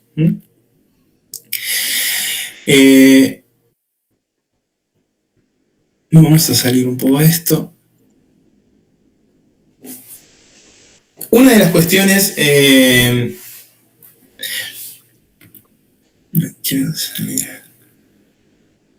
Bueno. Una de las cuestiones que tenemos que mencionar es de qué hablamos cuando hablamos del interés del socio, ¿sí? O sea, más allá de que tiene un interés individual, tiene un interés individual que básicamente, ¿dónde se va a reflejar? Bueno, se va a reflejar en llevar adelante una actividad económica, en obtener una renta en particular, ¿sí? En controlar una sociedad, ¿sí? Poder, quizás en algún caso, incrementar su participación. Pero nosotros ya estuvimos viendo, y lo vimos en general, que hay un interés social. ¿Por qué? Porque en líneas generales, fundamentalmente, cuando hablábamos de las sociedades pluripersonales, forma parte de un conjunto, de un colectivo donde tenemos que tomar en cuenta el interés colectivo, el interés social, ¿sí? Pensándolo desde el punto de vista de la organización, sobre qué es lo que quiere llevar adelante la organización puntualmente en el desarrollo de su objeto, en el desarrollo de sus fines particularmente, ¿sí? no todos los autores están de acuerdo en la existencia de un interés social, ¿sí? Hay algunos autores que entienden que no corresponde o que no existiría fundamentalmente una identidad o una teoría o un interés social particularmente, ¿sí? Nosotros de alguna manera lo estuvimos elaborando, los estuvimos viendo a partir de las diferentes concepciones o las diferentes visiones que estuvimos viendo originalmente, donde había inicialmente una concepción contractualista, una idea contractualista, donde inicialmente hay una convergencia de los intereses de los socios dirigidas a una idea respecto de hacia dónde converge, de dónde va la sociedad, en una suerte de contrato de colaboración. Una concepción institucional, que es otra idea, donde hay una organización que tiene un interés propio, que no se circunscribe únicamente en el interés de los integrantes que la integran, sino que lo excede de alguna manera y que hay un vínculo con el contexto que no puede soslayarse. Y después quizás hay algunos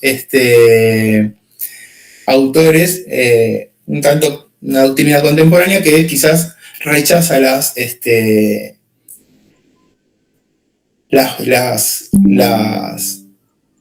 respuestas totalmente absolutas desde estos puntos de vista, donde dice que, bueno, hay un interés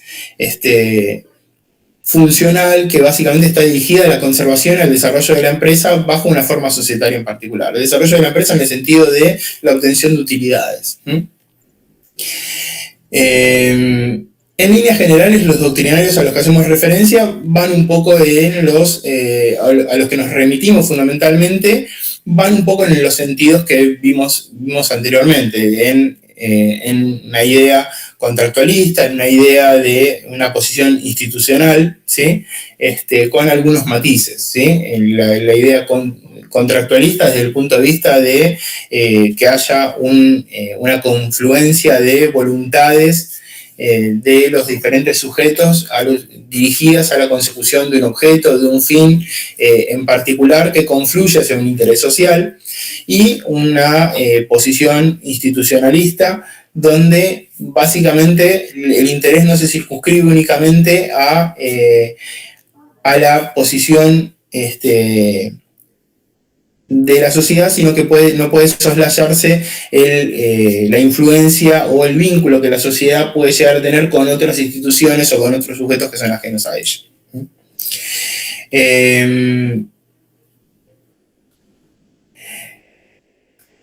El reconocimiento de un interés social, básicamente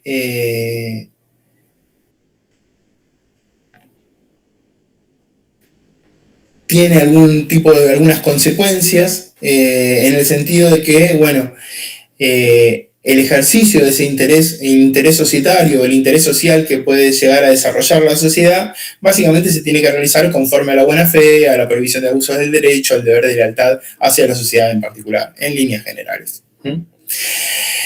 Desde el punto de vista del socio, puntualmente, hay ciertas cuestiones que tenemos que tener presentes.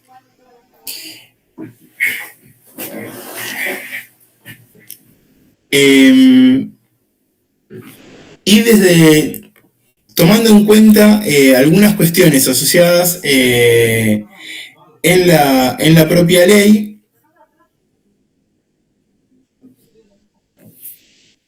esto está abarcado a partir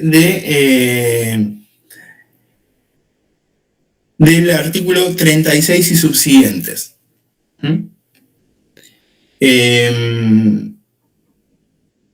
Que hacen a las obligaciones de los socios en particular.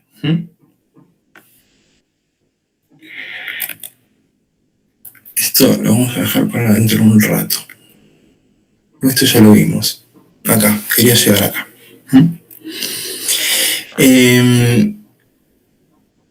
Déjenme, vamos a ir para acá. Perdónenme un segundito. Quiero ordenarme desde este punto de vista. Acá. Vayamos para este lado. Discúlpame. Porque acá esto está prefiero arrancar por este lado. Acá.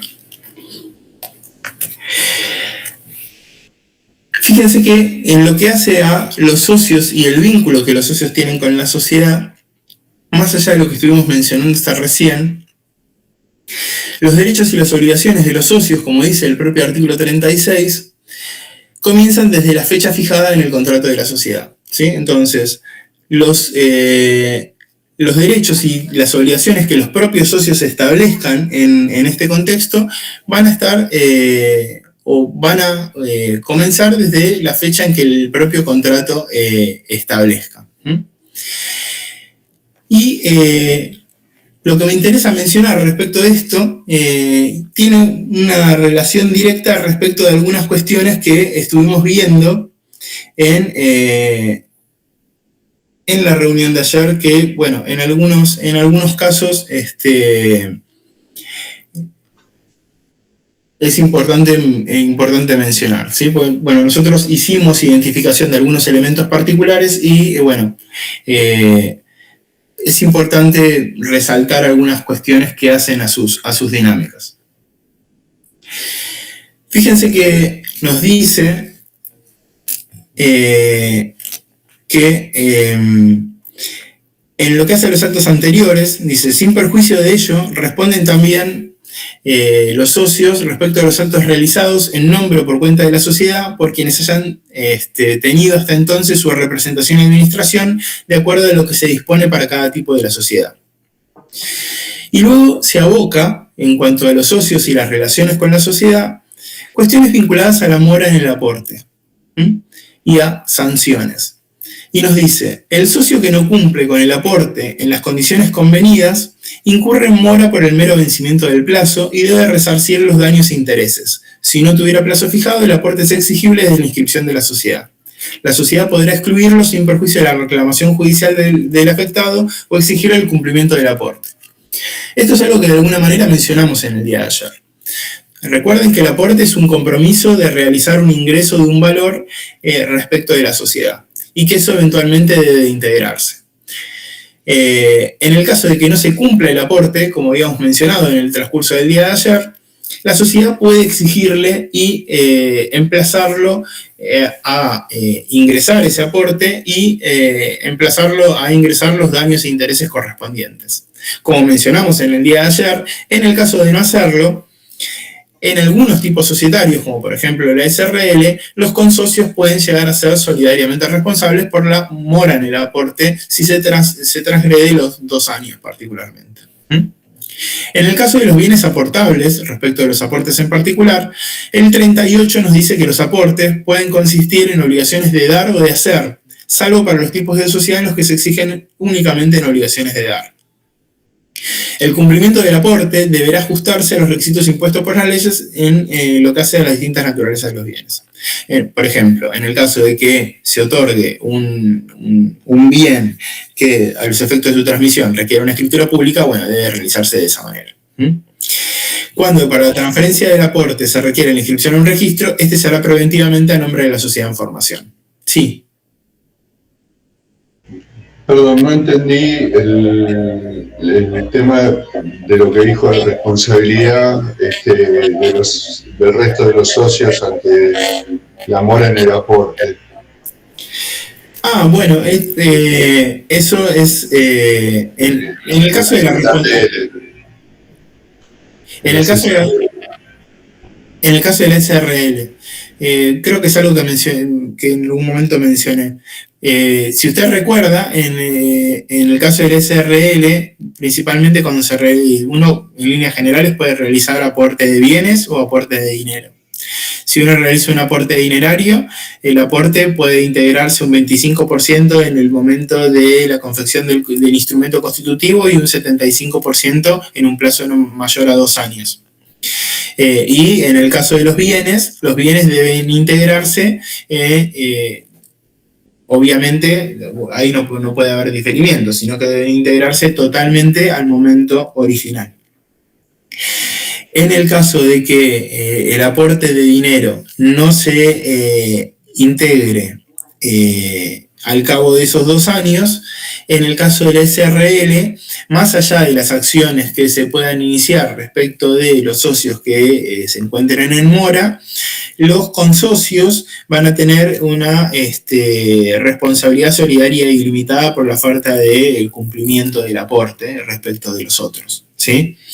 Y en relación a, también se les va a extender la responsabilidad, o hay supuestos de extensión de responsabilidad en la SRL en el caso de la subvaluación de los bienes que se hayan aportado, por ejemplo, por la tasación que se haya realizado. Esto fundamentalmente por la afectación que se puede hacer respecto de terceros en relación a la importancia del capital en líneas generales que estuvimos mencionando, ¿sí? Pasando un poco en limpio. Supongamos que se hace un aporte de dinero.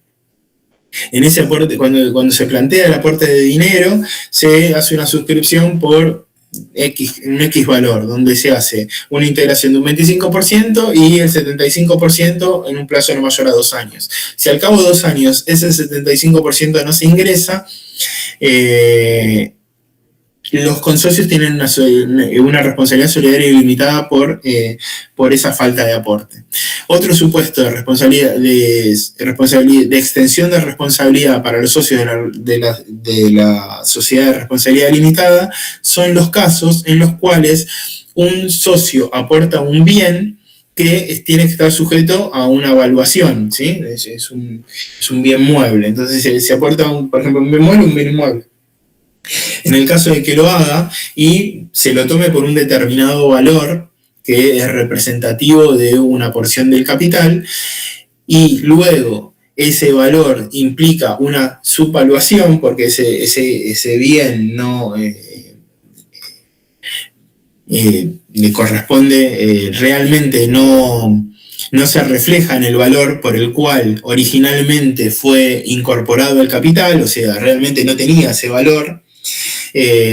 Los consocios que aceptaron ese bien por el valor que se incorporó al capital van a tener una responsabilidad solidaria ilimitada por esa subvaluación original de ese bien. ¿Sí? Son los 2 supuestos de extensión de responsabilidad que se establecen en la sociedad de responsabilidad limitada. ¿Sí? La única forma de eximirse de la extensión de responsabilidad en el caso de la subvaluación de un bien mueble o inmueble es en el caso de que se haga una tasación judicial. En defecto de ello, si hay una subvaluación, los consocios tienen una responsabilidad extendida. ¿Sí? Ok, gracias. Bueno. En cuanto al artículo 39, en lo que hace la determinación del aporte, nos establece que en las sociedades de responsabilidad limitada y por acciones, el aporte debe ser de bienes determinados, susceptible de ejecución forzada. Bueno, no hay mucho que aportar ahí. Los derechos aportables pueden aportarse cuando debidamente instrumentados se refieren a bienes susceptibles de ser aportados y no sean litigiosos. Bueno, no hay grandes novedades. En lo que hace a aportes de créditos, la sociedad es cesionaria por la sola constancia en el contrato social. El aportante responde por la existencia y la legitimidad del crédito.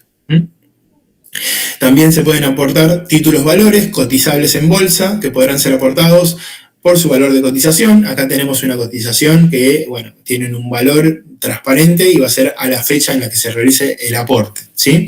En el caso de que no sean cotizables, o siéndolo no se hubiesen cotizado durante 3 meses, se valorarán según, bueno, procedimientos que establece más adelante la ley. Si hay bienes grabados, solo pueden ser aportados por su valor con deducción del gravamen. Y en el caso del fondo de comercio, tratándose de un aporte de un fondo de comercio, se practicará inventario y evaluación cumpliéndose con las disposiciones legales que rijan su transferencia. Acuérdense de las cuestiones vinculadas a la ley 11.867 que rige el procedimiento de transferencia de fondo de comercio, fundamentalmente en cuanto a los elementos constitutivos del fondo de comercio. Todos los elementos que integran un fondo de comercio pueden ser objetos de un aporte. Y en ese sentido es que, bueno, pueden aportarse. Ahora, van un poco, el régimen se establece que ¿cómo se aportan? Bueno, se practica un inventario y se tiene que hacer una evaluación de dichos bienes. La evaluación va un poco en el sentido de lo que hablábamos recién con Gabriel, y en determinados, bueno, se tiene que hacer una evaluación de los bienes y en función de esa evaluación que se realice es que se van a incorporar al capital. En el caso de que bueno, dependiendo del tipo societario, va a haber ciertos procedimientos para realizar la evaluación, como en la SA. En los casos de que para no haya controversias, a veces se requieren pericias judiciales para que no se susciten controversias. En la SA se establece la necesidad de hacerlo. Y en defecto de ello, por ejemplo, en la SRL puede suscitar responsabilidades para los consocios, como mencionábamos antes. Bueno, en los aportes de uso y goce se presume que los bienes que se aportaron en propiedad si no consta su aporte de uso y goce. El aporte de uso y goce solo se autoriza en las sociedades de interés.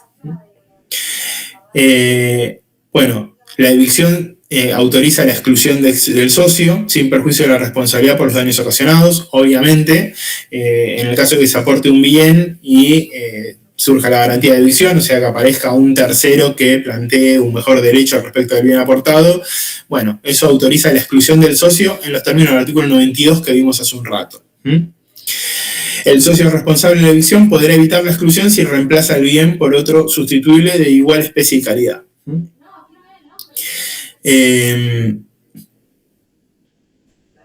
Si el aporte es de uso y goce, salvo pacto en contrario, el socio soportará la pérdida total o parcial cuando no fuera imputable a la sociedad o a alguno de los otros socios. Bueno, no hay grandes cuestiones en este caso. En el caso de la evaluación de aportes en especie, se van a valorar en la forma que se establezca en el contrato, según los precios de plaza o por peritos que designará el juez de la inscripción.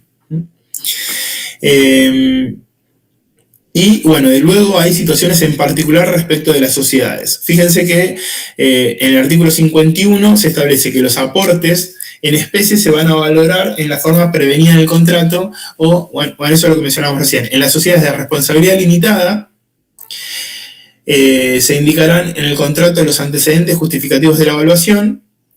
En el caso de insolvencia, los acreedores pueden impugnarlo en un plazo de 5 días. Y en las sociedades por acciones, y con esto ya, la evaluación que deberá ser aprobada por la autoridad de Contralor sin perjuicio de lo expuesto en el artículo se va a hacer por valor de plaza o por evaluación pericial. Fíjense que en la SA no se puede realizar una evaluación, en línea general se tiene que tomar estas cuestiones. Y nos dice el propio artículo 53, se admitirán los valores cuando se efectúe por un valor inferior a su evaluación, pero se exigirá la integración de la diferencia cuando fuera superior. El aportante tendrá derecho de solicitar la reducción al aporte al valor resultante de la evaluación siempre que los socios representen 3/4 partes del capital. Pero en líneas generales, en la SA o se toma valor de plaza o se requiere evaluación pericial, ¿sí? A diferencia de lo que mencionábamos antes en el caso de la SRL. Estas son cuestiones que están vinculadas a lo que mencionábamos ayer en relaciones al aporte y a dinámicas vinculadas a cuáles son los tipos de aporte y qué tipos de aportes se pueden hacer y qué consecuencias tienen en el caso de que haya algunas circunstancias, como por ejemplo la evicción y algunas dinámicas propias de algunos tipos societarios.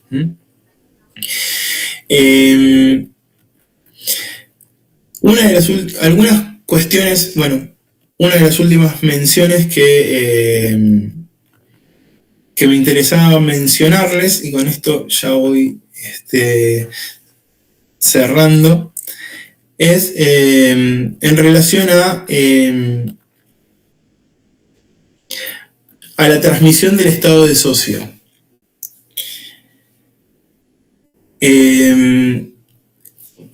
La calidad del socio, o el estado del socio, puede ser transmisible, ¿sí?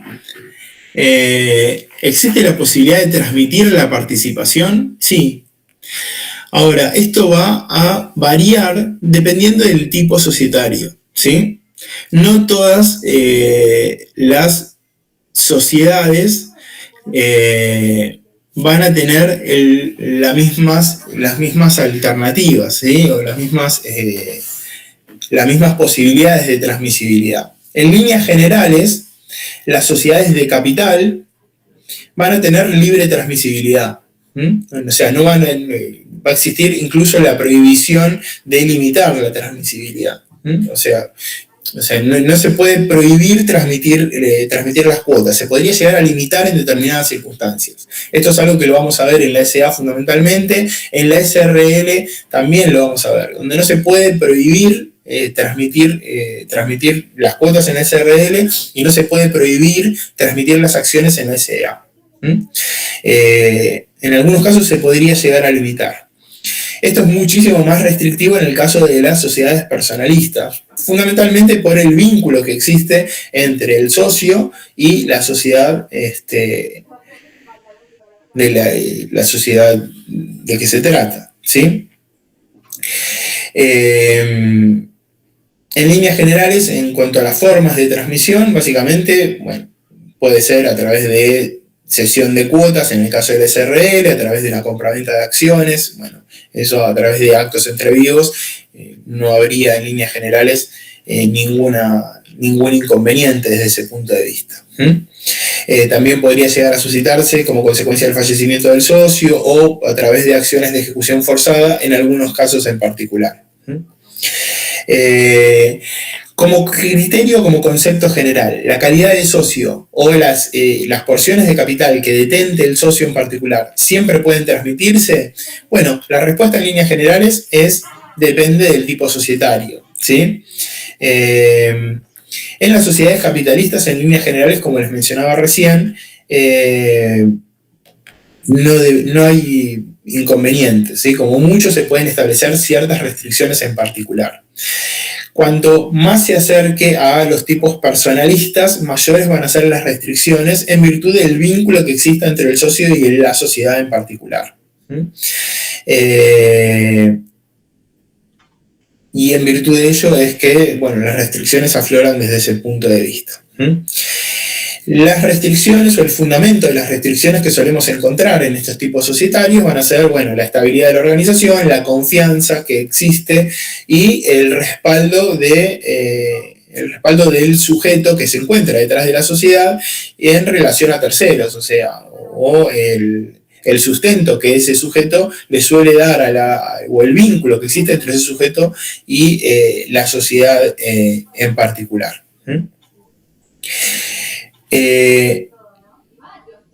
Como les decía antes, en las sociedades capitalistas, la transmisibilidad, la imposibilidad o la prohibición de la transmisibilidad de las cuotas, en el caso del SRL o que no es una sociedad plena capitalista, pero y de la CCA, no se puede prohibir la transmisibilidad de las porciones de capital, ¿sí? En esos casos lo que se puede hacer es limitarla, ¿sí? ¿Cómo se puede llegar a limitar la transmisibilidad de las cuotas o cómo se puede llegar a limitar la transmisibilidad de las acciones? Bueno, en líneas generales lo que se suelen hacer es establecer preferencias o se suele establecer el derecho a crecer en determinadas circunstancias, ¿sí? Entonces, en esos contextos en particular, lo que se suele plantear es que en el caso de que algún accionista, por ejemplo, en una SA tenga el ánimo de retirarse de esa sociedad anónima o de transmitir sus porciones de capital, bueno, lo que se suele plantear, y esto se tiene que volcar en el instrumento constitutivo, es bueno, que en el caso de tener ofertas de parte de un determinado sujeto o de lograr conseguirlo, bueno, que deba de ponerlo en conocimiento de los otros accionistas, en el caso de ser una sociedad anónima, o de los otros socios, en el caso de ser una SRL, a los efectos de que en un determinado plazo puedan, si es razonable ese monto, puedan llegar a o tengan preferencia para poder adquirir esos socios en ejercicio de esa preferencia, esas porciones de capital y conservar el núcleo de esa sociedad si es que ese era el sentido de su constitución original. Entonces, esas son cláusulas que se podrían plantear a los efectos de poder limitar la transmisibilidad de las cuotas o la transmisibilidad de las acciones, pero en ningún sentido puede prohibirse. ¿sí? Estas sociedades en líneas generales no se admite la prohibición de la transmisibilidad de las porciones de capital. Cuestiones que son mucho más restrictivas, como les decía antes, en las sociedades de personas por el vínculo que existe respecto de los sujetos, ¿sí? En cuanto a las salidas de los sujetos respecto de una sociedad, otra de las cuestiones a mencionar, que es algo, o del socio de una sociedad, otra de las cuestiones a mencionar, que es algo que ya hablábamos antes, son las cuestiones vinculadas al derecho de receso, ¿sí? Que básicamente consiste en el derecho del socio de retirarse de una sociedad cuando la ley o el contrato lo autoricen. Y básicamente el fundamento es evitar que el socio esté obligado a permanecer en una sociedad cuyas condiciones se modificaron sin su consentimiento, ¿sí? El ejercicio del receso produce la extinción del estado del socio respecto del recedente y genera el derecho al reembolso del valor de su participación, ¿sí? La dinámica del receso es similar a la de la exclusión que mencionábamos anteriormente, ¿sí? Así que esto es algo que... esto lo tengo acá. Esto es algo que tenemos que tener en cuenta, ¿ok?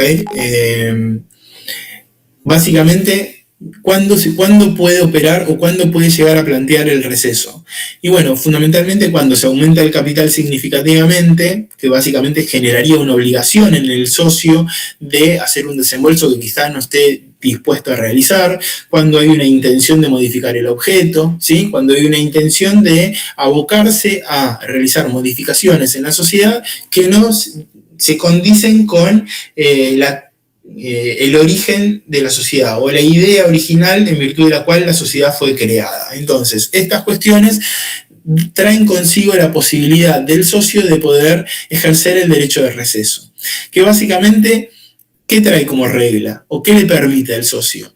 Bueno, fundamentalmente requerir el reembolso del valor de su participación. De la misma manera que hablábamos cuando hablábamos con la exclusión, como en el artículo 92. La exclusión básicamente lo que permite es separar de la sociedad a un socio, en el caso de que una conducta lo torne inconveniente o imposible la continuación de la relación societaria. Acá ya no depende de la voluntad del socio y es por incumplimiento, ¿sí? Así que bueno, esas serían dos cuestiones que tenemos que tener en cuenta. Bueno, esto lo vamos a dejar para mañana. Y entonces, como cierre, me interesaba que respecto del socio tengamos pendiente eso. Respecto de las cuotas sociales, ¿puede transmitirlas? Sí. En líneas generales, fundamentalmente en las sociedades capitalistas, con algunas limitaciones, podría llegar a hacerlo en algunos casos, pero la prohibición estaría fuera de discusión en esos casos.